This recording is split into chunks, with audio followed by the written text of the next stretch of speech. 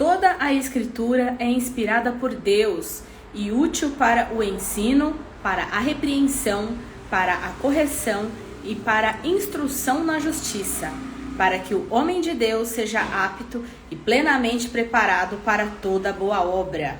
2 Timóteo 3, 16 e 17. Sejam bem-vindos a mais uma livecast do canal Fé e Conhecimento. Eu sou a Camila e hoje é a segunda live, de uma série de lives que foi intitulada Conhecendo a Nossa Fé, Essa série de lives, o objetivo dessa série é encorajar as pessoas, inclusive, ou principalmente também, os cristãos a conhecerem a própria fé com profundidade, terem aí muitos cristãos, muitas pessoas estão na igreja, se dizem cristãos, mas não têm um conhecimento profundo a respeito da própria fé, Inclusive muitos abandonam a igreja, abandonam a fé por falta de compreensão, e isso já foi comprovado, em pesquisas nas quais eu citei na live anterior. Inclusive, se você não assistiu, quando terminar essa, você acompanha a live anterior, que você vai ter mais informações aí a respeito desses dados que eu estou trazendo para vocês, Então, o objetivo é que nós possamos amadurecer na fé. Uma vez que nós temos um encontro com Cristo, Ele nos transforma, nós nascemos de novo, mas nós temos um compromisso de amadurecer a nossa fé, E para hoje nós vamos falar sobre hermenêutica e teologia bíblica. São temas que a gente já vai conversar um pouco sobre isso, explicar um pouco sobre esses temas. E para isso eu não estarei sozinha. De Deus, aqui do Ministério do Belém, a mesma igreja que eu frequento também, que eu sou membro. Ele é casado, ele tem 2 filhos, ele trabalha na igreja na área do ensino e ele vai participar conosco hoje aqui dessa live para esclarecer alguns temas, Que quando a gente não sabe, a gente pede ajuda, a gente chama quem sabe. A paz do Senhor, irmão Dário. A paz do Senhor, tudo bem, Camila? Tudo bem, e o senhor? Tudo bem, graças a Deus. Tá bom, irmão Dário, obrigada pela sua presença aqui hoje, pela sua participação. Eu sei que não foi só ligar a câmera e chegar, teve preparo, teve muita coisa. E eu agradeço demais a sua disponibilidade em participar. Mas está entrando bastante gente, algumas pessoas que talvez não conheçam o senhor. Se apresenta para o pessoal, por favor, irmão Dário. A paz do Senhor a todos. Meu nome é Dário Andrade. Atualmente estou na Assembleia de Deus. Nasci na Assembleia de Deus. E desde então eu tenho um desejo muito grande no ensino da Palavra de Deus e tenho desempenhado esse papel em várias frentes, como cursos preparatórios, como escola bíblica dominical e assim por diante. E esse é um assunto que me encanta muito, hermenêutica, e daqui a pouquinho vocês vão saber um pouquinho mais o porquê desse encantamento com a hermenêutica, Camila? Sim. Muito obrigada. Então, obrigado vocês que estão participando. Se vocês tiverem perguntas, vocês podem mandando tanto no chat, mas eu acho que fica mais fácil a gente pegar as perguntas quando vocês mandam na caixinha. Aqui na barra, na barra embaixo, na barra inferior aqui da live, tem um ponto de interrogação, um balão com ponto de interrogação, e lá vocês podem mandar as perguntas e aí, de repente, no final da live a gente dá uma olhada, tá bom? Mas pode interagir aqui, mandar também algum comentário, alguma dúvida, mas lá na caixinha fica mais fácil da gente controlar. Mas vamos ao assunto, irmão Dário. Uma live sobre hermenêutica. Eu recebi várias perguntas na caixinha que eu abri no Story a respeito disso. As pessoas, nossa, esse nome acho que eu não consigo nem falar. Do que se trata a hermenêutica? Que bom.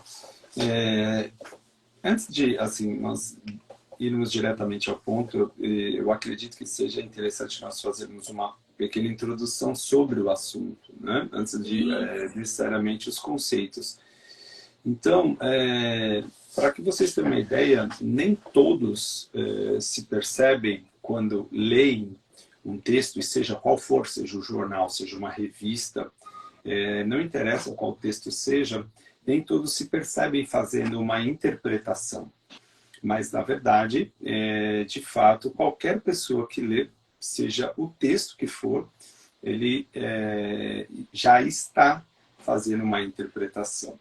Então, não existe uma compreensão de um texto sem que haja interpretação. Então, a leitura mínima, básica de um jornal ou de uma chamada no Instagram, ou qualquer outra rede social, você já tem, de certa forma, uma interpretação daquilo no qual você está lendo. Então, seja uma Bíblia, seja uma enquete, seja uma pergunta, seja uma afirmação, todo o processo de leitura, todo o processo de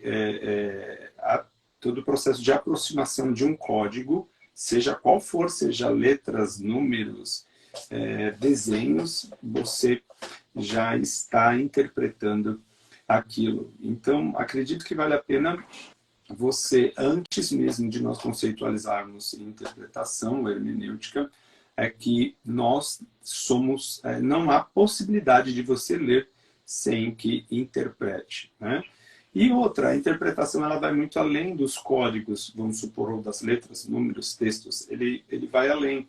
A interpretação ela pode ser de uma imagem, a interpretação pode ser de um contexto em movimento, a interpretação pode ser de uma fala, de um gesto, da ação e da construção da linguagem humana, né? Seja qual for a linguagem, né? E então interpretar vai além do que o próprio texto, do que os próprios signos, dos próprios símbolos e assim por diante, Camila. A interpretação, no caso, a palavra hermenêutica, ela é mais usada na teologia, né, para falar da interpretação bíblica. Mas ela pode ser usada em outro contexto também? Igual o senhor falou, é a hermenêutica de uma matéria no jornal, de um artigo. Tá. Então vamos lá. A propriamente dita hermenêutica, ela é uma disciplina da teologia, né? E que ela, não só da teologia, mas ela vai estudar as regras da interpretação de um texto. Então, um exemplo, o contexto teológico de um determinado assunto. Isso vai determinar como a pessoa interpreta. Então, de maneira bem simples, hermenêutica é uma disciplina que estuda as regras de interpretação de um texto. E esse texto pode ser a Bíblia, pode ser qualquer outro. Então, hermenêutica também era uma... no nascimento da filosofia, principalmente filosofia grega, a hermenêutica já existia, né?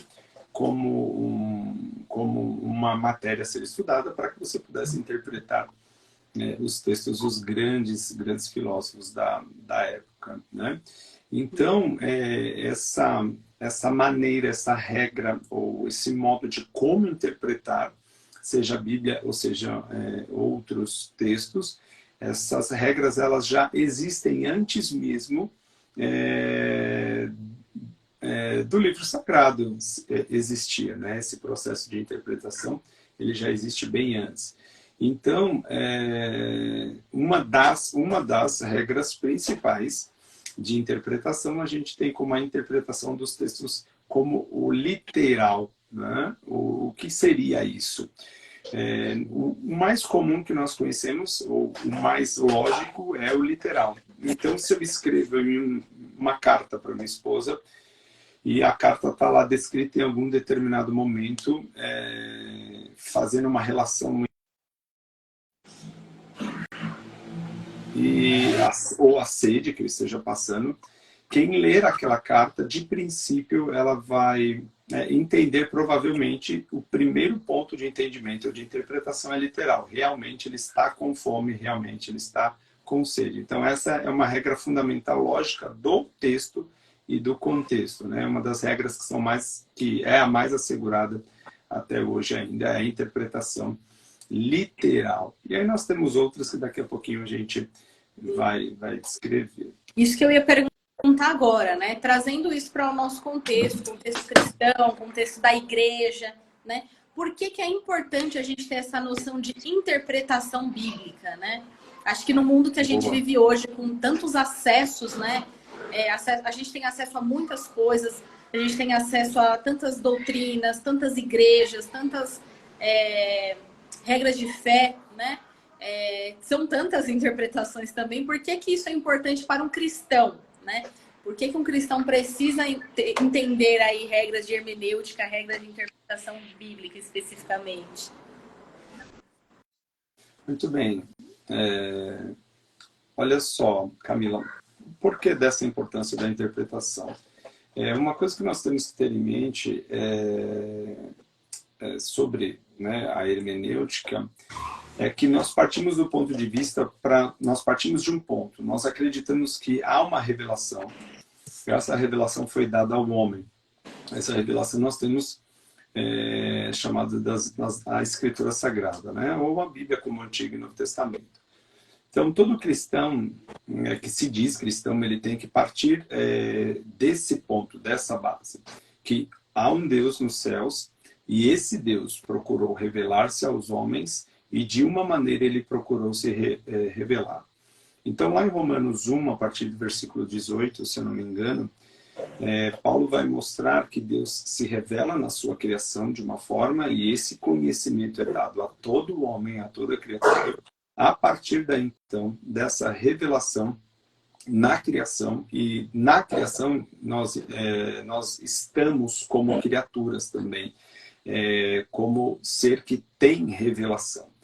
Então, a revelação ela parte da criação e depois nós temos também a revelação nas Escrituras Sagradas. Então, esse é o ponto basilar para um cristão. Ele tem que entender que há um Deus, que esse Deus revelou-se na sua criação, e você faz parte dessa criação, assim como eu, e a revelação nas Escrituras Sagradas.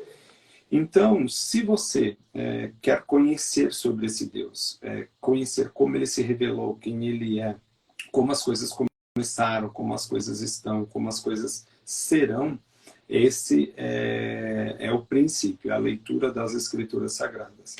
A partir daí, então, nós temos que entender que o livro a Bíblia, ela tem duas naturezas. Então, ela tem a Bíblia como um livro humano e a Bíblia como um livro divino. Então, quem for ter o primeiro contato com a Bíblia, ela tem que ter essa noção que os livros da Bíblia, elas foram escritos para os seres humanos, mas elas também têm o seu ponto divino. Então, um exemplo, né? O fato de que muitas pessoas acreditam, olha, mas foi escrito por homens, mas tinha que ser escrito por homens, não seria escrito por um animal. Então, o fato de que as pessoas não acreditam que a Bíblia caiu do céu pronta, né? Mas ela foi escrita por diferentes pessoas, diferentes épocas, diferentes línguas, lugares. Há um distanciamento muito grande entre todas essas faces que eu acabei de citar. Mas, ao mesmo tempo, a gente tem que aceitar o fato de que a Bíblia é a revelação do próprio Deus e do próprio Criador, e ela também tem que ser interpretada de uma única forma. Não há uma, duas ou três formas de interpretar a Bíblia. É por isso que a gente usa a hermenêutica e as suas regras para poder respeitar a interpretação do texto sagrado, das Escrituras Sagradas, né? Uma vez, Camila, é interessante isso, uma vez eu estava, foi na hora do almoço, eu fui convidado por uma pessoa que trabalhava comigo e fomos em 3 pessoas a uma pequena mostra de arte do lado da escola onde eu trabalhava. E fomos, vamos, na hora do almoço, almoçamos rapidinho e fomos. Atravessamos a rua, praticamente. E aí, chegando lá, nós começamos a andar, e aí eu perguntei para essa pessoa, né, da pessoa que me convidou, o que significa isso, na sua opinião? E ela disse, Dari, isso é o significado dessa arte, ou dessa plasticidade toda que você está vendo, é você que interpreta. Eu perguntei para ela, para mim, mas isso pode ser o que eu quiser? Ela disse sim, porque é você que interpreta. Daí eu perguntei para ela, e qual o significado que o autor qual o significado que o autor quis imprimir nessa obra? E ela me perguntou, eu não sei, só se nós conversarmos com ele. Por isso que você pode ter a interpretação que você quiser. Entendi. Então, dessa ideia, dessa experiência que eu tive, você vai começar a entender que hoje, na modernidade principalmente, o processo de interpretação, ele parte de você e não de quem criou ou não de quem projetou alguma coisa com significado. E isso, Camila, vai muito além do que a gente pensa, né? E dá para a gente debater um pouquinho sobre significado ou interpretação de significado, que eu acho que é interessante. Mas sim, eu ia perguntar... Oi? Pode falar, Não pode pode. continuar. Não, eu ia complementar com isso, assim, porque hoje o nosso objetivo aqui, né, obviamente, não é criticar nenhuma igreja, não é criticar a denominação nem nada, mas é justamente refletir isso. Eu recebi uma pergunta, né, que eu compartilhei com o senhor sobre essas questões, né, de se existe uma forma da gente saber como interpretar certo, né? Existem muitas igrejas, uma boa parte delas são sérias, mas a gente sabe que existem falsos mestres também, porque a Bíblia nos alerta para isso, né? Então, existe uma forma da gente saber se eu estou interpretando certo a Bíblia? Sim, existe. Agora eu vou... Olha só, eu sempre gosto de pensar nos pressupostos das questões e das perguntas. Então, a pergunta, eu começo a pensar na pergunta primeiramente e pensar no pressuposto dessa pergunta. Então, se há um jeito certo de interpretar. Quando a gente fala se há um jeito certo, primeiro é porque há um jeito errado. Então, a Bíblia, ela sempre pressupõe certo e errado, ela sempre pressupõe a tese e a antítese. Ela nunca pressupõe uma síntese, que seria o que nós normalmente aprendemos, né? O que nós podemos tirar do certo e do errado e fazer uma síntese disso. Mas, na verdade, a Bíblia nunca pressupõe isso. Ela sempre pressupõe o certo ou o errado, ou Cristo, ou quem é inimigo de Cristo, seja Satanás, propriamente dito, foi isso que Jesus falou, ou você está comigo, ou está com Satanás. Então, é sempre tese e antítese. Não há possibilidade de haver duas verdades, não há possibilidade de haver duas interpretações. E aí, cabe aqui também um parênteses, que no caso, se há uma maneira de interpretar corretamente, sim, há. Mas, dependendo de alguns textos, nós podemos ter uma, duas interpretações, desde que essa interpretação não vá ferir ou derrubar princípios basilares de interpretação. Então, você me deu um exemplo, Dário. Então, um exemplo bem clássico assim, desse ponto, um exemplo. Os presbiterianos e os assembleianos, eles acreditam que Jesus vai voltar, eles acreditam no inferno, eles acreditam no céu, eles acreditam na vinda de Cristo, Salvação destruição, aquela milênio. Sim, acreditam, mas no caso aqui, falando só do fim último, né, o Apocalipse, mas só que nós temos várias interpretações apocalípticas, então muitas vezes são pontos trocados, que um vem antes, um vem depois, assim por diante, mas os pontos basilares em que Cristo vai voltar, Satanás será derrotado, nós moraremos com Cristo, esses pontos são mantidos, ok, dá para nós, tem como nós discutirmos essas regras de interpretação sem ferir essas bases principais da mensagem de Apocalipse. Então, aqui cabe dizer que tem diferenças de interpretação lógicas, mas bases são mantidas, diferentemente de você ler o texto de Gênesis, onde a serpente conversa com Eva e uma determinada interpretação acredita que aquilo é um mito, aquilo é só um símbolo para mostrar como a maldade pode ter entrado no mundo, ou a outra pessoa que acredita naquilo como literal. Então, aí, se essa pessoa que acredita que aquilo é uma história para contar uma verdade, ela vai começar a quebrar alguns pilares fundamentais. Qual, Dário? Se aquilo é uma verdade, se aquilo é uma imagem, um código, se aquilo é um símbolo para mostrar alguma coisa, então a serpente não é verdadeira. Então, na realidade, o pecado pode ter acontecido de outra forma. Então, se nós formos por esse caminho, nós vamos começar a destruir alguns pilares fundamentais da fé cristã, como a existência do pecado, como ele surgiu e assim por diante, como o pecado atingiu a raça humana, que a gente bem sabe que por um homem entra o pecado e por um outro homem, Cristo Jesus, entra a salvação. Então, aí, olha para vocês terem uma ideia de como a interpretação ela é fundamental para mantermos bases de princípios cristãos que não devem ser alterados. Caso sejam alterados, nós já não temos mais um cristianismo bíblico, né? Não dá para dizer que a gente tem assim ensinos ou doutrinas principais e outras secundárias, assim, basilares, outras mais secundárias, talvez? Sim, nós podemos dizer que sim.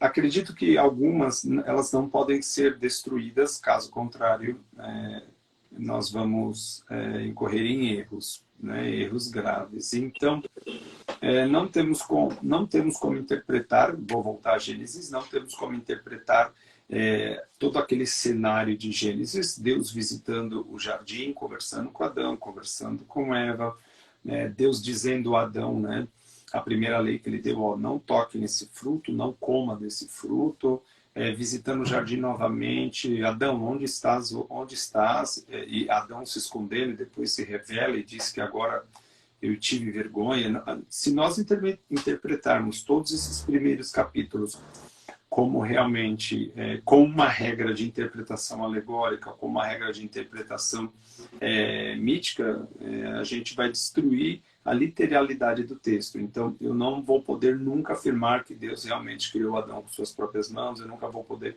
realmente afirmar que ele soprou nas narinas de Adão, eu nunca vou poder afirmar que Adão existiu de fato, né? É só uma história para contar como a humanidade surgiu, mas não necessariamente tenha sido assim. Então, se você usar esse tipo de regra para interpretar o texto, você vai destruir fundamentos bíblicos. Tanto é que nos 3 primeiros capítulos, Deus mesmo, quando vai amaldiçoar tudo o que aconteceu, e chama Adão, chama Eva e chama a serpente, ali ele amaldiçoa o trabalho das mãos dos homens, ele amaldiçoa a própria terra, ali ele amaldiçoa a própria serpente, ele amaldiçoa como Eva daria a luz, e ali ele já inicia, ou não ali, né, mas ele dá um start de um outro ponto para dizer que haverá alguém que irá remir todas as coisas. Então, se você colocar como ferramenta interpretativa do capítulo 1 até o capítulo 3, você tem que ser coerente com o seu processo de interpretação e dizer que aquela ideia do Messias ou de Jesus que virá redimir todas as coisas é também um mito. E a partir daí, então, você destrói totalmente várias doutrinas ou vários pilares bíblicos, né, que nós já temos bem fundamentados como verdades. Sim. E falando nisso, no perigo de destruir doutrinas bíblicas, doutrinas basilares, existem perigos aí da interpretação equivocada, né? Um exemplo que muitas pessoas acabam falando, né, que acho que é mais fácil de lembrar, é o fatídico exemplo de Davi e Golias, né? Davi matou um gigante, vem a pessoa e fala, você vai vencer o gigante da sua vida, e tenha fé, e não sei o quê, e sempre vai andando por esse caminho, né? Assim, eu creio que nós temos sim lições a aprender, né, com as pessoas citadas na Bíblia, mas quais são os perigos dessa interpretação equivocada? Camila, esse tipo de interpretação ela fica dentro de uma das regras da interpretação, que ela é usada, e ela é usada em diversos textos, não só bíblicos, tá bom? Então, são chamadas as interpretações alegóricas. As interpretações alegóricas, elas vão colocar entre aspas, tá? Para que fique mais claro, a interpretação alegórica ela vai preencher ela vai colocar coisas em que, na verdade, o texto não tem. Então, vamos supor, se eu abrir o livro, ler, ler esse contexto que Davi enfrentou Golias e matou Golias, as pessoas têm que ter um entendimento em que há um distanciamento temporal muito grande desse acontecido para eu que estou sentado ouvindo essa mensagem. Então, essa distância temporal, ela é real, ela acontece, porque a Bíblia foi escrita há séculos de distância de nós, né? Então, o último livro, ele foi escrito no primeiro século da era cristã. Então, nós estamos separados por milênios, né? Nós podemos dizer assim. Então, há uma distância temporal. Há uma distância também chamada de contextual, né? Ou de contexto. Então, para que você tenha uma ideia, né, do que aconteceu, por que aconteceu, você tem que recuperar o contexto de Golias, recuperar o contexto daquela guerra que estava acontecendo, por que estava acontecendo, por que o livro foi escrito, quando foi escrito.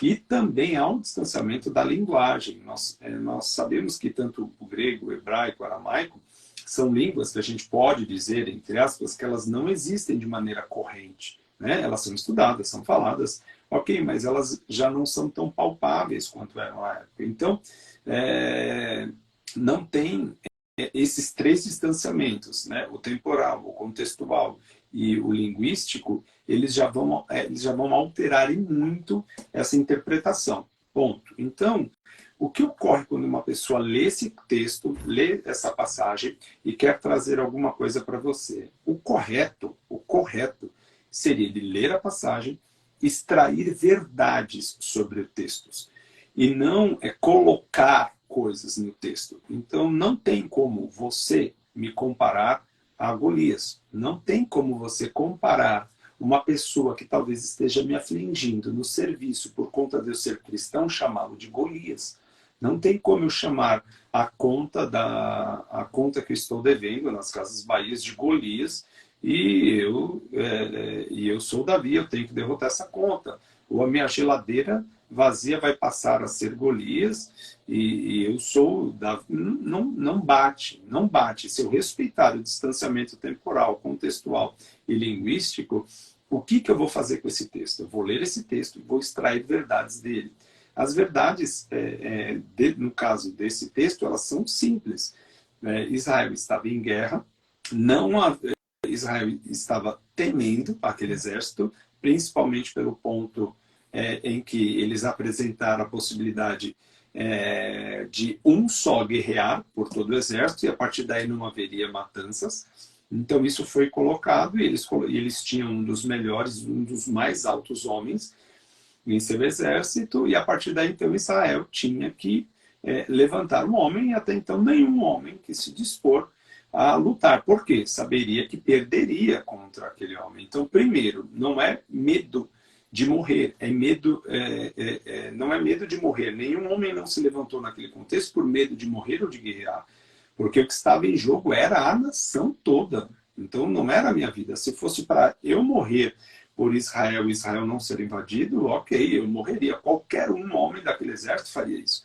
Mas a questão era que se ele soubesse, ele sabia que se ele morresse, a nação perderia. Então, de maneira divina, Davi é preparado a enfrenta e ganha aquela batalha. E mata, não mata com a pedrada, mas a pedrada leva ele ao chão, e o texto é bem claro que Davi sobe em cima de Golias e arranca o pescoço dele. Então, as verdades que nós podemos extrair desse texto são bem diferentes das verdades que normalmente as pessoas costumam extrair desse tipo de texto, né? Então, vamos pegar um texto do Antigo Testamento e transformar basicamente você em um herói contra os seus problemas diários. Como uma perda, perdi um emprego, a minha filha está doente, uma discussão entre irmãos ali dentro da igreja, a minha ascensão financeira, a minha ascensão dentro da igreja, como um exemplo, né, como de um diácono para um presbítero, para um pastor.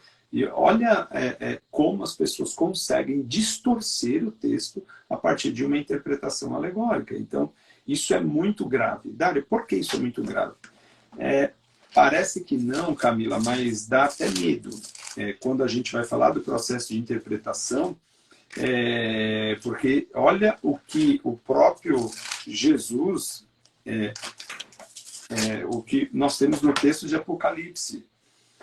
E eu, a todo aquele que ouve as palavras da profecia deste livro, testifico. Se alguém lhes fizer qualquer acréscimo, então eu estou lá em Apocalipse 22, 18. Se alguém fizer qualquer acréscimo, Deus lhe acrescentará os flagelos escritos neste livro. Então, o processo de interpretação, Camila, ela não é tão simples assim. Porque se eu colocar verdades que não existem, né, supostas verdades que não existem num texto, eu estou errado de acordo com a Bíblia Sagrada. Então, dizer uma coisa que o texto não diz e afirmar aquilo que o texto não diz é acrescentar ou mudar realmente o que o texto diz.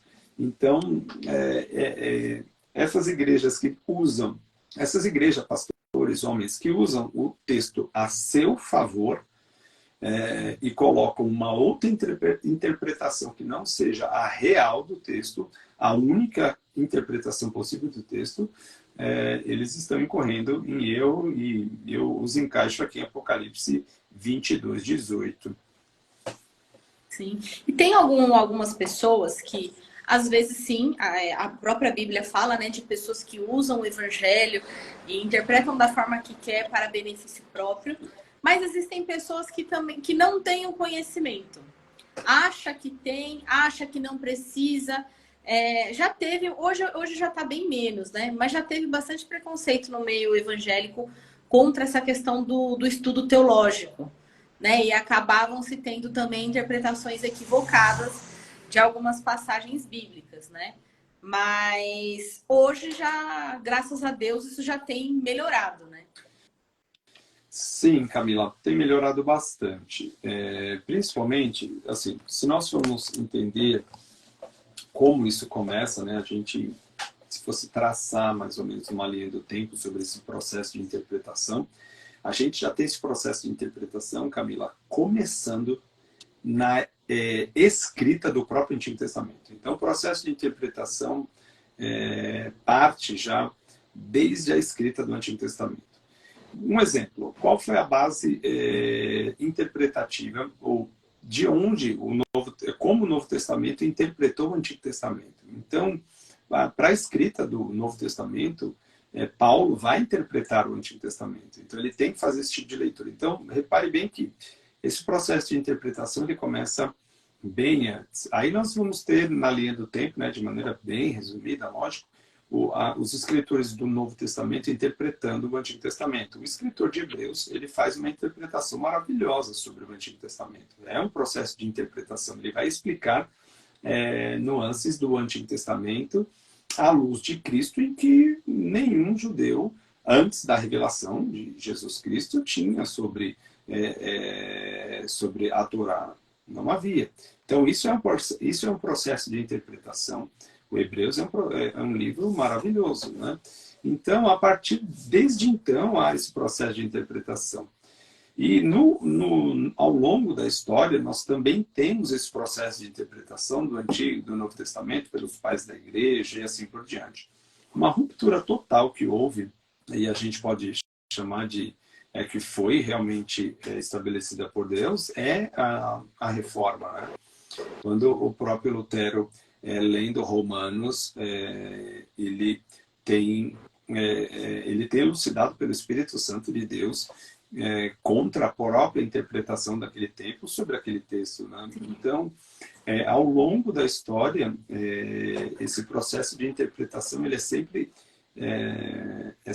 a princípio eficiente, mas ao mesmo tempo doloroso, para que haja uma mudança de conceito e uma mudança de vida. Agora, pensando na sua questão sobre quem usa ou se apodera de um princípio de interpretação para si, ou para ter alguma coisa, ou ganhar alguma coisa, ela faz com dolo realmente.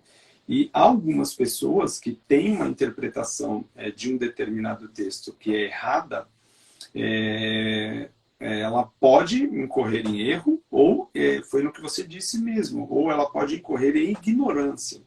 E isso vem mudando ao passar do tempo. A Assembleia de Deus ela era tida vista basicamente como uma igreja em que preservava muito mais os dons do que o próprio ensino da palavra, e muitos estudiosos, até quem são de outras igrejas, já têm notado que a Assembleia de Deus, ela de algumas décadas para cá, tem construído um caminho sólido teologicamente, e é uma das igrejas que a gente pode dizer pentecostal, histórica, que tem mantido esses princípios, né? Então, essa melhora ela vem acontecendo em função, principalmente, do estudo, em função, principalmente, das nossas escolas dominicais, ainda que muitas tenham suas fragilidades, mas é uma das únicas igrejas ainda, né, junto com as igrejas históricas protestantes, que mantém um estudo sistemático da palavra de Deus. Então, muitas outras igrejas, chamadas como neopentecostal, que eu nem gosto desse termo, mas só para as pessoas terem uma ideia, elas não possuem um ensino sistemático da Bíblia como nós possuímos aos domingos pela manhã. E fora outros ensinos também que acontecem durante a semana nas nossas igrejas. Mas isso vem diminuindo bastante, né, com as quebras de paradigma e de leitura de texto. E acho que um dos gatilhos para que isso acabe realmente é a própria instituição, né, a nossa própria instituição, a Assembleia de Deus, dando valor ao ensino, tendo a sua própria faculdade, exigindo daqueles que farão parte do ministério como ministros, de minimamente terem uma capacitação em teologia para poder exercer esse ministério, né? E outra, a disseminação principalmente da teologia reformada atualmente tem trazido muitos jovens, homens e mulheres à leitura, né? Isso tem incentivado bastante também os nossos jovens, homens e mulheres, a lerem mais, estudarem mais. Então, acredito que se tem diminuído, mas é difícil. Acho que eu nunca vi uma pesquisa ou alguma coisa próxima sobre como que essa situação está. Mas a percepção que eu tenho, que você realmente apresentou, é que tem diminuído bastante. Sim.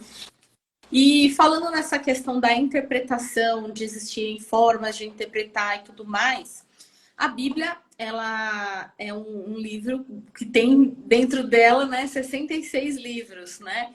E tem gêneros literários diversos, para interpretações diversas, né? A gente não pode interpretar uma narrativa da mesma forma que a gente interpreta uma poesia e assim sucessivamente. Mas diante de tantos gêneros literários, de tantos assuntos, de tantas histórias, é possível definir o tema central da Bíblia? Porque eu fiz essa pergunta recentemente para um grupo de pessoas e gerou uma angústia para algumas pessoas, né? Assim, tem tanto, as pessoas conhecem às vezes as histórias isoladas, né? Conhecem a história de Davi, de Abraão, de Daniel, mas a Bíblia toda ela é um livro, né? E qual é o tema central desse livro, então?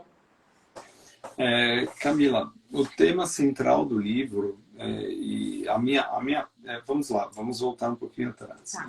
Quando eu comecei a estudar teologia, eu fiz teologia e depois ingressei no curso de mestrado, e uma das coisas que mais me chamou a atenção é a revelação. Então, nas minhas orações, sempre que eu vou me aproximar das Escrituras Sagradas, eu peço a Deus para que prepare meu coração, a minha mente, para que eu me aproxime das Escrituras Sagradas e que o Espírito Santo de Deus me ajude a ler e a interpretar as Escrituras Sagradas. Foi até isso que Lutero realmente disse na Reforma, que cada leitor possa ter a sua interpretação, né? Lutero lutou muito por isso. E aí, sempre que eu vou ler a Bíblia, eu faço essa oração. E por que disso, Camila? Primeiro, e aí voltando ao que eu tinha falado, o meu tema no mestrado foi revelação. Então eu escrevi muito sobre revelação, li muito sobre revelação, e a partir desse texto escrito, eu fui percebendo a necessidade que nós temos de nos aproximarmos do texto sagrado e termos um ponto focal em cima desse texto sagrado. E tem uma máxima, né, entre ensinadores e pregadores, que se você apresenta um texto ou prega sobre um texto e aquele texto não passa pela cruz, é como se você não tivesse realmente tido a intenção de apresentar o Evangelho. E aí quando a gente vai para o texto de Golias, de Ruth, quando a gente vai para qualquer outro livro, Cantares, né? Quando você vai ler Cantares, olha que interessante, né? Capítulo 3, Cântico dos Cânticos. De noite, no meu leito, busquei o amado de minha alma, busquei-o e não achei. E assim por diante. E aí, como que você pega um livro desse? Como você pega Gênesis até entre aspas mais fácil, mas como você pega Gênesis, como você pega Levítico, é um livro maravilhoso, e acha a mensagem central desse texto, né? desse texto, contexto e livro. Na minha opinião, o tema focal da revelação, e eu digo a revelação como a escritura sagrada, como a Bíblia que nós todos conhecemos, o tema central da revelação é realmente mostrar a nós uma narrativa, uma metanarrativa sobre todas as coisas. E todas as coisas do texto, elas vão convergir para Cristo Jesus. Então, se nós abrirmos lá em Colossenses, né, como a gente normalmente diz, para não ficar em minhas palavras, né? Mas se a gente abrir lá em Colossenses, deixa eu achar aqui, Colossenses, acho que é um 18, deixa eu só achar o texto, deixa eu ver se é Colossenses,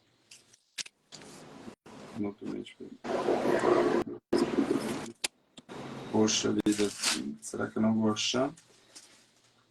Peraí, jogo da esperança também, de Jesus. Achei sim. Então todas as coisas vão acabar convergindo em Cristo, como eu já tinha começado. Então, olha só, essa é uma narrativa que desde o Gênesis, desde o Gênesis até o Apocalipse, todo o texto ou todo o livro, ela contém nuances disso aqui que eu vou ler agora, tá bom? Então, estou lá em Colossenses capítulo 1, versículo 13. Ele nos libertou do império das trevas e nos transportou para o reino do seu Filho e do seu amor, no qual temos a redenção, a remissão dos pecados. Este é a imagem do Deus invisível, primogênito de toda a criação, pois nele foram criadas todas as coisas nos céus e na terra, visíveis e invisíveis, sejam tronos, sejam soberanias, quer principados, quer potestades.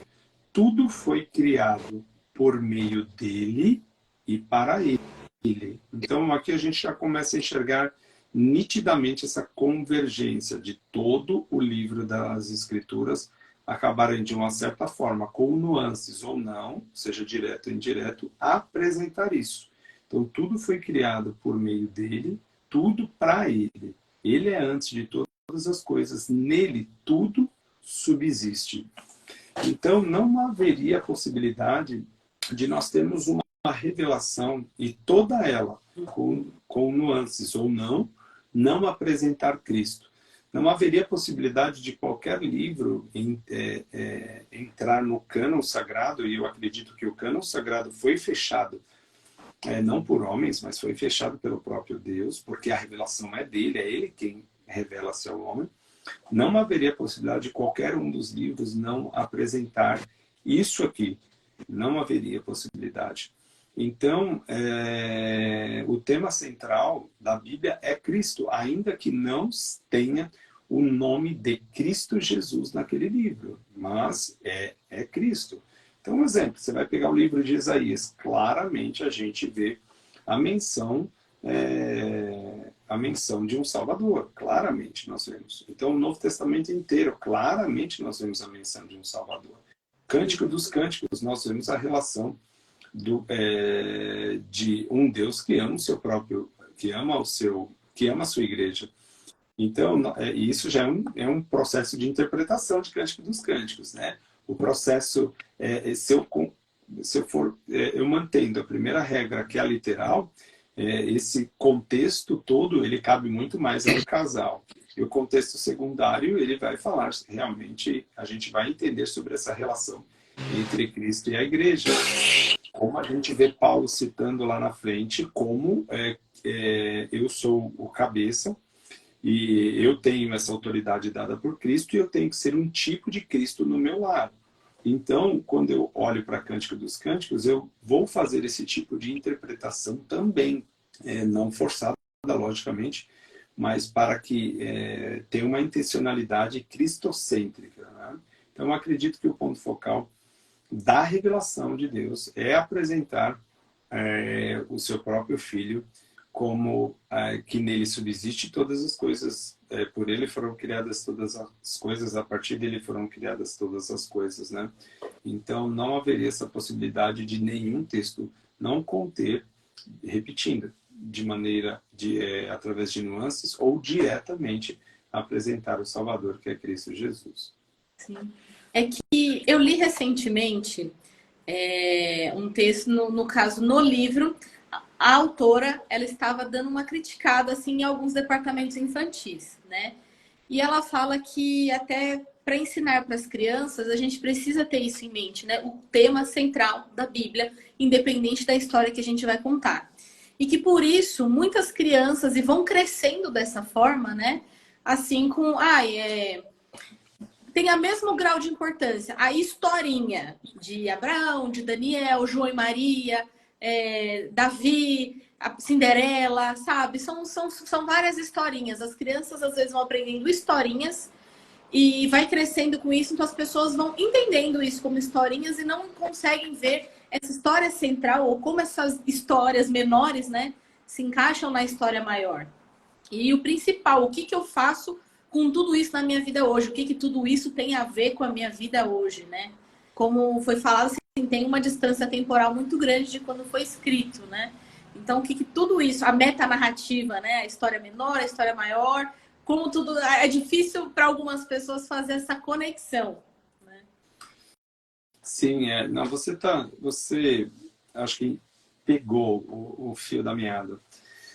O nosso grande problema hoje é apresentar a Bíblia de maneira segmentada, né? Seja crianças, seja jovens, adultos e assim por diante.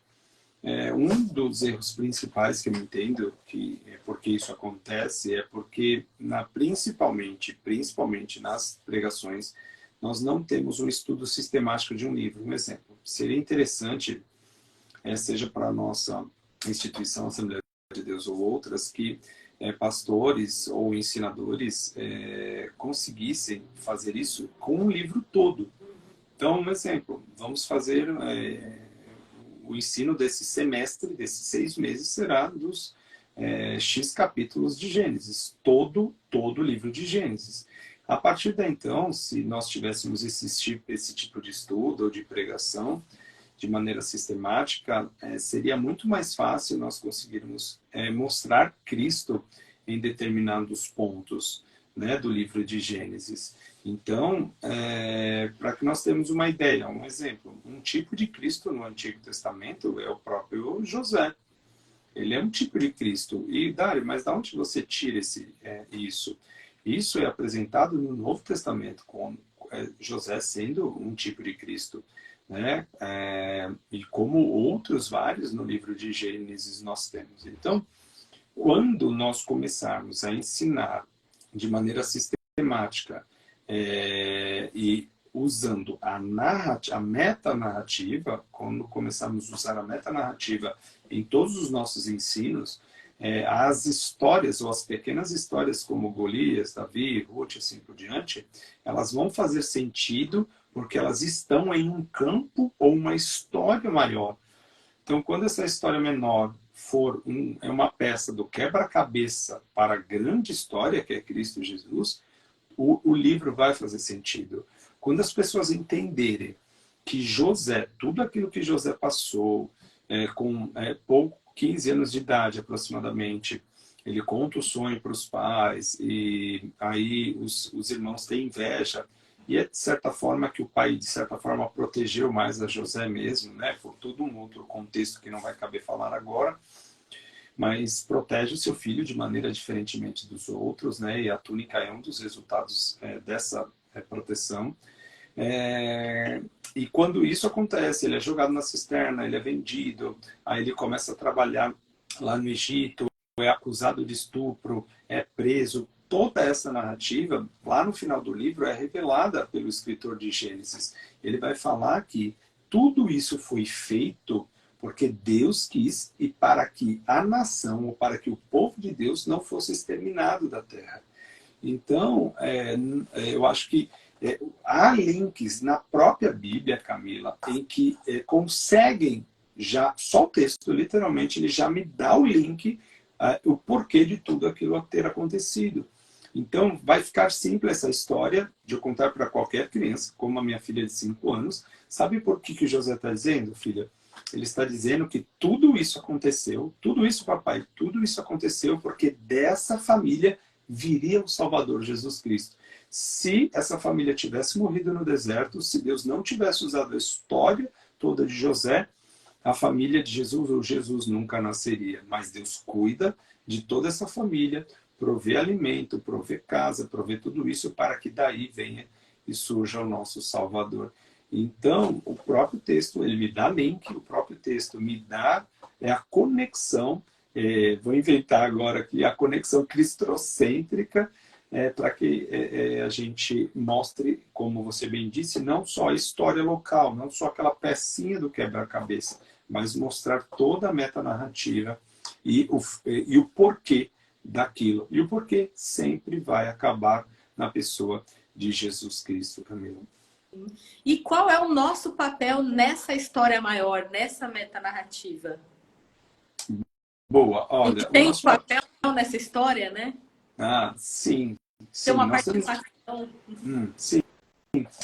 Primeiro, né, nós ultimamente tivemos várias discussões, né, nesses últimos, posso dizer, últimos meses, um ano aproximadamente, em que quem é o centro, né, de tudo isso, né? Então nós tivemos discussões na internet sobre se nós éramos o centro ou se Cristo era o centro.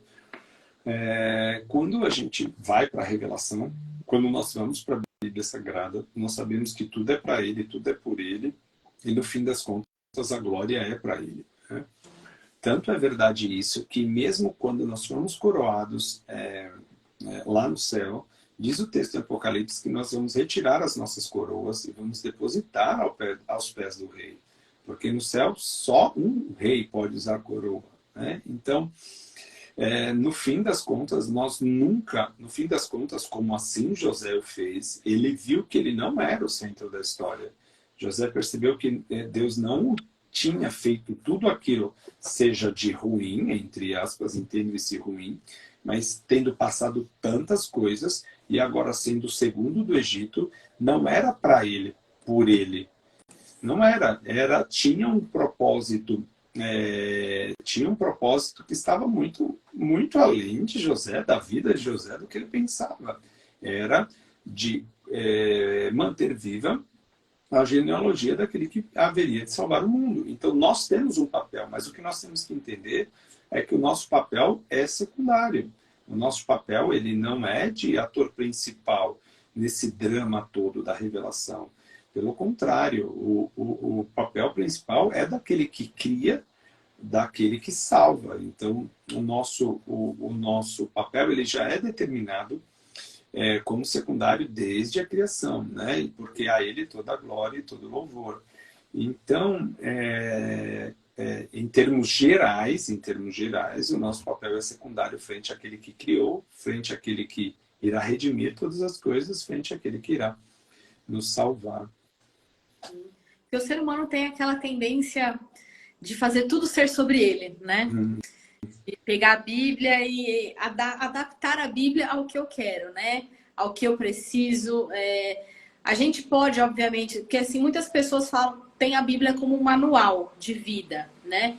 E nós podemos sim aprender como viver, como agir e tudo mais, mas às vezes eu vejo algumas pessoas levando a Bíblia muito para como se fosse exatamente sobre elas, sabe? Né? Então, aí acaba Boa. se perdendo um pouco essa questão perdendo de vista a mensagem central, né? Camila, meu, muito bom esse ponto levantado por você, né? Toda a história da revelação não é sobre nós, né, Camila? A história da revelação é sobre ele, é para ele, né? Não é sobre nós. E isso fica, olha, para você que está nos acompanhando agora aí na live, para que você tenha uma ideia que não é para você, a história da revelação não gira em torno de você, gira em torno do Criador e do que ele fez, do que ele fará por nós. É tão verdade isso que nós tendemos a tentar nos colocar no centro das coisas. Perceba como que talvez você ore assim. Então, quando você talvez se ajoelha, a primeira coisa é: Senhor, meu Deus, meu Pai, eu estou aqui na tua presença.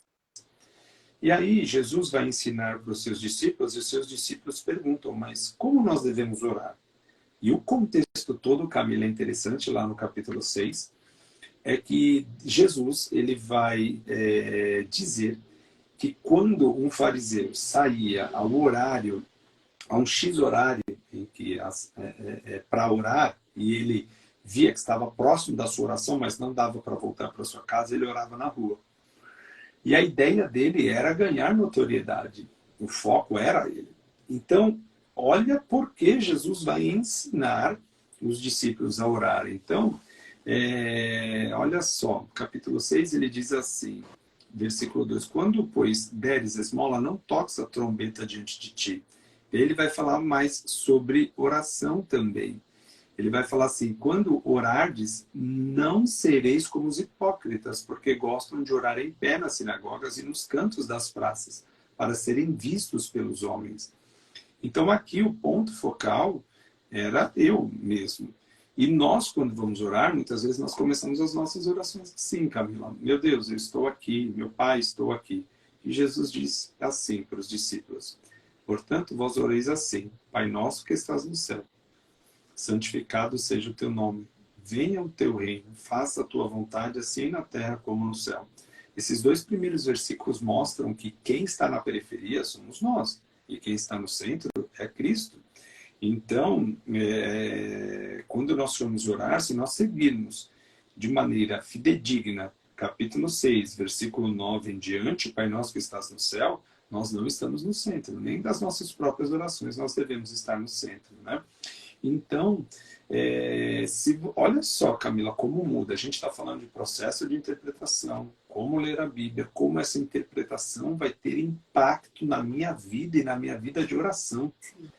Então, o processo de interpretação, ele é fundamental para que você entenda quem você é, quem é Deus, o que são as Escrituras, e como essa revelação vai impactar na sua vida, né? Então, muda completamente você na próxima vez que for orar.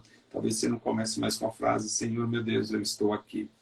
Mas Pai nosso que estás no céu, que o teu nome seja santificado, e assim por diante, né? Não é sobre nós, nem as nossas orações.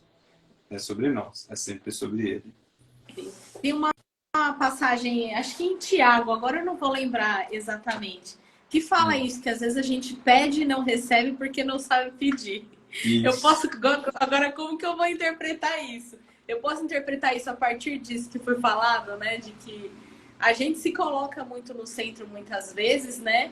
E pede só de acordo com os nossos desejos. Eu vi uma explicação assim a respeito de interpretação, até de alguns salmos que muitas vezes a gente justamente não recebe porque quando a gente tem Deus como centro, até os nossos desejos vão sendo reordenados, né? Boa. Então, quando a gente não que isso vai chegar a 100%, né? Que a santificação só vai terminar, ainda vai terminar, né? Vai, Mas quando verdade. a gente começa a pensar mais dessa forma, né? Então, as nossas orações, os nossos pedidos, os nossos desejos vão sendo reordenados, né? Sim, Camila. para você toque em outro ponto muito bom, para que você tenha um impacto real na sua vida, primeiro a leitura das Sagradas Escrituras e o processo de como você interpreta ela. Então, de acordo com como você interpreta o que você lê, isso vai ter um impacto muito, muito, muito grande na sua vida. Isso pode mudar a sua relação com Deus, né? Com Cristo, com o próximo. Pode mudar a tua relação, como você vê todas as coisas na sua vida. Então, eu tenho gastado um bom tempo na leitura das Escrituras e com esse processo ativo de como ler as Escrituras, né? Então, um exemplo clássico, assim, de que muitas pessoas às vezes desconhecem, é um texto em que diz que nós não sabemos orar, mas o Espírito intercede por nós. Eu quero tentar achar esse texto. Deixa eu ver se eu acho esse texto agora. Fugiu da minha mente. Mas acho que eu sei qual é, mas eu também não lembro onde está. Não, nós vamos achar aqui, será rápido, assim. Gemidos inexprimíveis. Estaria Romanos, talvez?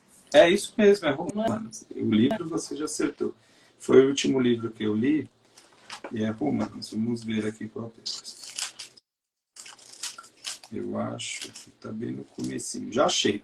Ótimo. Capítulo de número 8. Olha só que interessante, né? Para nós entendermos essa questão de nós não sermos o centro e por que que muitas vezes as nossas orações, elas são orações vazias.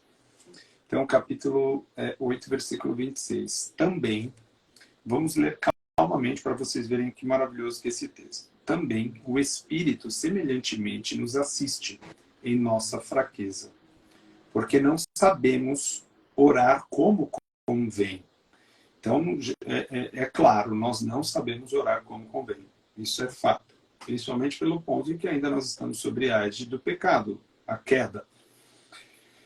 Então, nós não sabemos orar como convém, mas o mesmo Espírito intercede por nós sobremaneira, com gemidos inexprimíveis. E aquele que sonda, olha isso, Camila, e aquele que sonda os corações sabe qual é a mente do Espírito. Então, eu não sei orar, o Espírito Santo intercede por nós sobremaneira.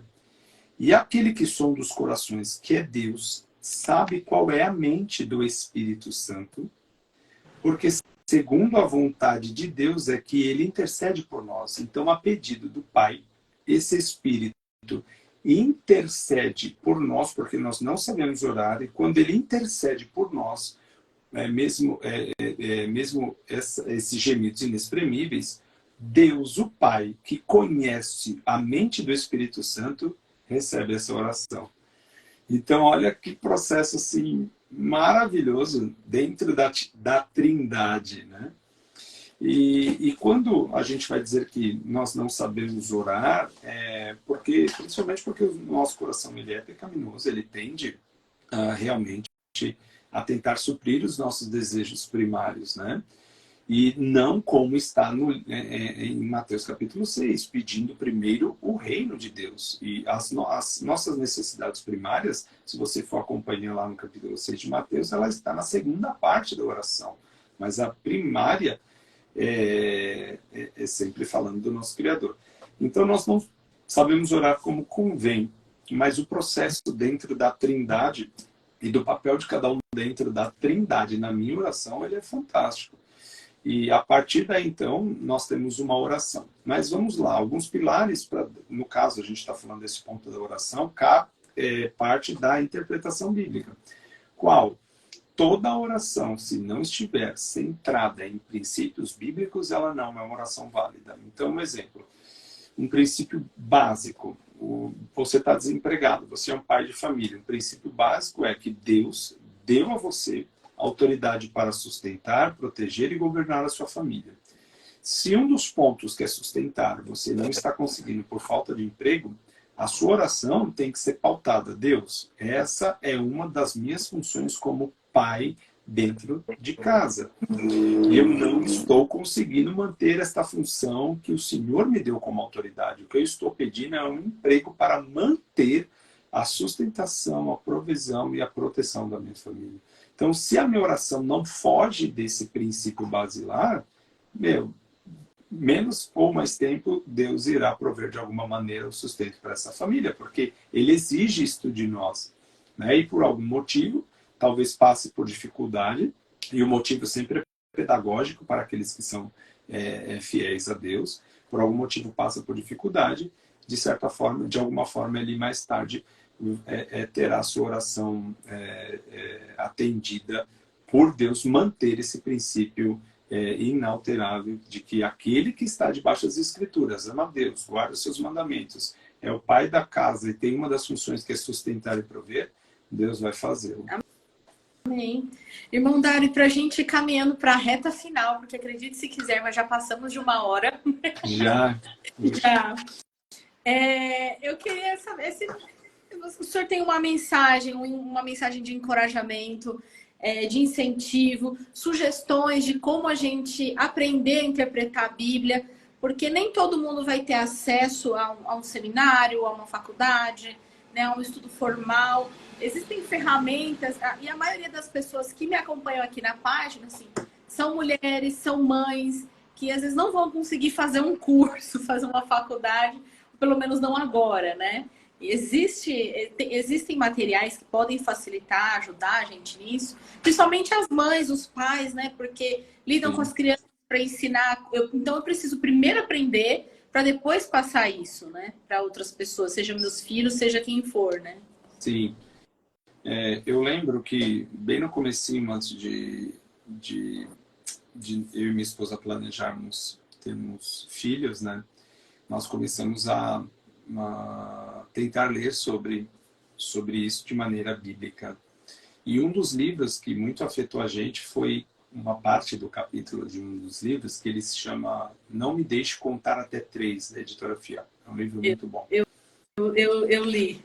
Já fica a dica. Em uma das partes do livro ele diz assim, que para que você possa acessar o coração da criança, ou para que você possa responder ou dar uma base mínima para essa criança, você tem que ter princípios bíblicos bem estabelecidos. E dependendo da resposta que você for dar para a criança, se você não tiver conhecimento bíblico mínimo, você não vai conseguir educar essa criança biblicamente. Então isso gerou, de certa forma, uma frustração por faltar princípios bíblicos, né? Então eu lembro de uma pessoa ter lido e ter falado, poxa, cheguei nessa parte e não consegui acabar de ler o livro porque me gerou uma angústia, né? E essa angústia ela acontece mesmo porque você tem um desejo realmente de ensinar o seu filho de maneira bíblica, mas você mesmo tem conhecimento bíblico para tal e muito menos para fazer a ponte de uma interpretação voltada para os infantis ou para as crianças.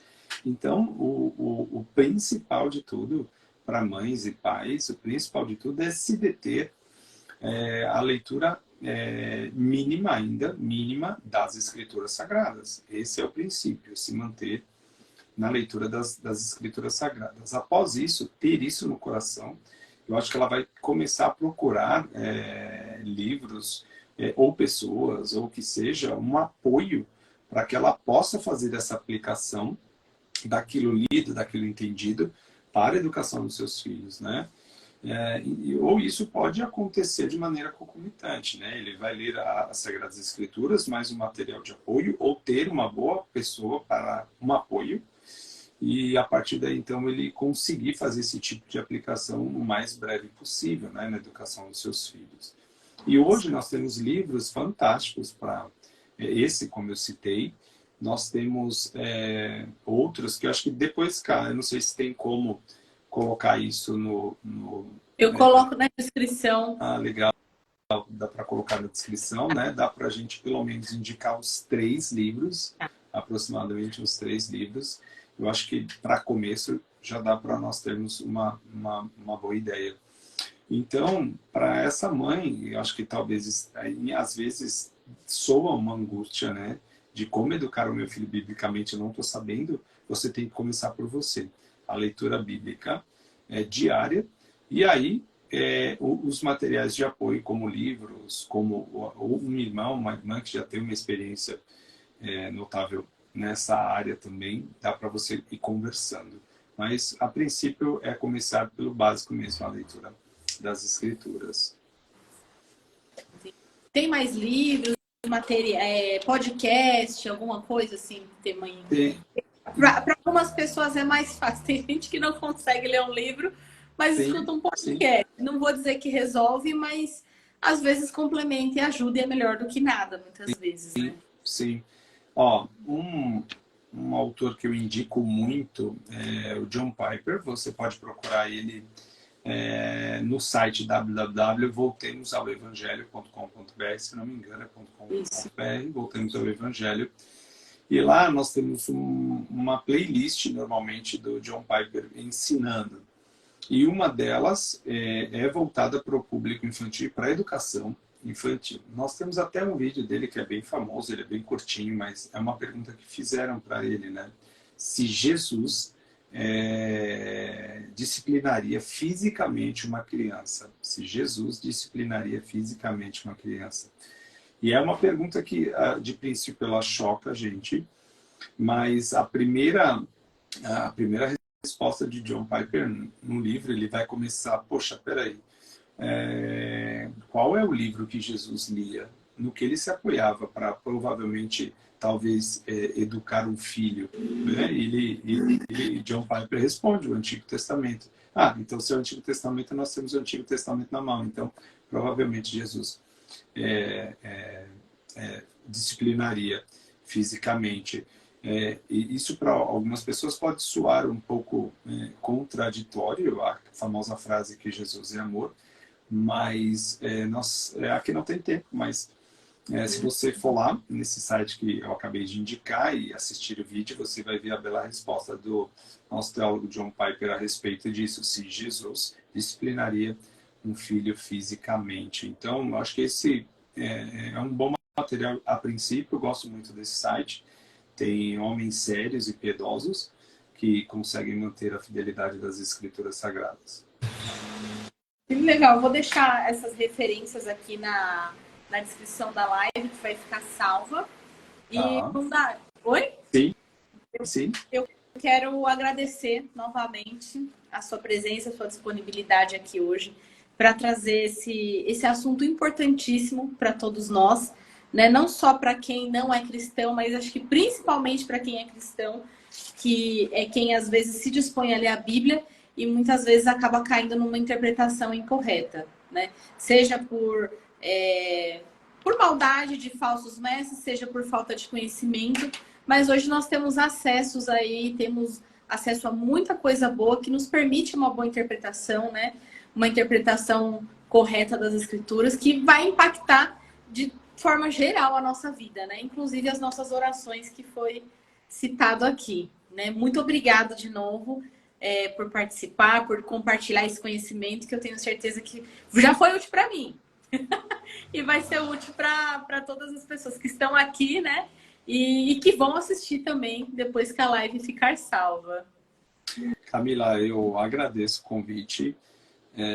Te parabenizo pelo trabalho excelente que você tem feito. Amém. Muita gente que está acompanhando a gente não tem noção do trabalho que é criar essa série, né? Que você tem feito e feito muito bem. Então, demanda trabalho, demanda estudo, demanda conversa entre quem você convida, estudo e assim por diante. Então, primeiro, parabéns e que você, através deste canal, consiga alcançar tantas e tantas outras pessoas a conhecerem um pouco mais de maneira bíblica o Evangelho, né? E eu acredito que para aqueles que assistiram, tenham em mente que só há uma verdade, não há duas ou três verdades, só há uma verdade e uma maneira de interpretar as Escrituras Sagradas, e que é essa a maneira com que você pode se achegar a Cristo, conhecer a Cristo de maneira real. E só assim você vai conseguir realmente, através dele, ser salvo, ser redimido e ser sarado. Tá bom? Eu agradeço bastante, Camila, e é assim, quando você precisar, a gente está à disposição, tá bom? Ah, com certeza. Depois dessa a gente vai fazer mais. Pessoal que está aqui no chat, muito obrigada. Giovana, minha prima, meu pastor Eleazar entrou, pastor também deixou uma mensagem. E muito obrigada a todos. E até as próximas lives, que semana que vem tem continuação. Viu? A paz do Senhor, Mandara, a paz do Senhor, Amém. pessoal, e até as próximas.